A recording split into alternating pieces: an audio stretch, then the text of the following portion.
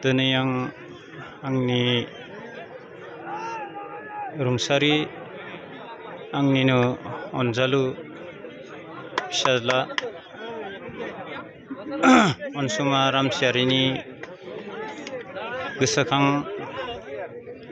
दिनै फुटबल खेला बादायलायनाय गेलेनायखौ आङो जोंनि जपा ओनसोलनि बेन्दोङाव थानाय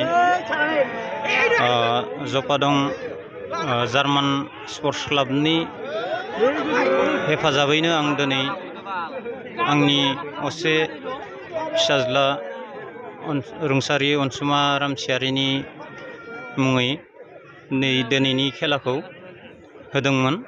आं बे खेलाखौ जार्मान स्पर्ट्स क्लाबनि दैदेनगिरि बिथांमोनखौनो आङो सामलायनो थाखाय खावलायदोंमोन।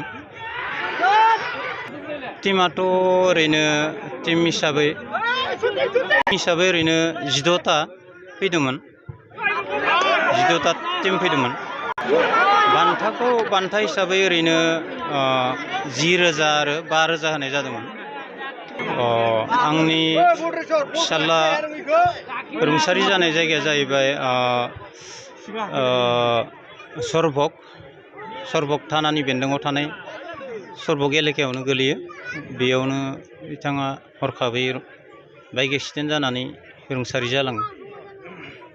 आं बेखौ दा बुंस'नो हाला, समनि लोगोसे आं बेखौ सानसिगोन। दा जिखिनि आं देग्लाय बोसोरसेखौ जिबायदि सानदोंमोन बेबायदिहाय आंखौ थारमाने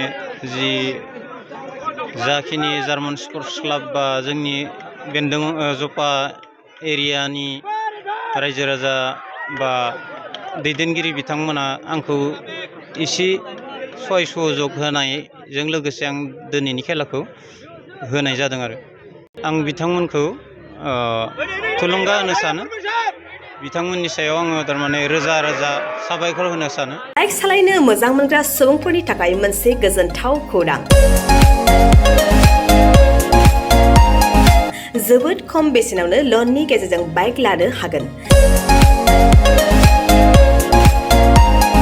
क'क्राझार जिल्ला सेरफांगुरियाव थानाय पंका एन्टारप्राइजआव मोनसे गोदान खाबु लाबोदों।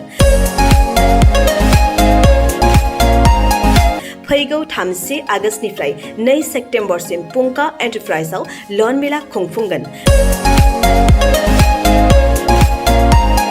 बेनि गेजेरजों नोंथाङा बाजाज कम्पानिनि गुबुन गुबुन रोखोमनि गोदान बाइकफोरखौ जोबोद खम डाउन पेमेन्ट होनानैनो लनाव लानो हागोन।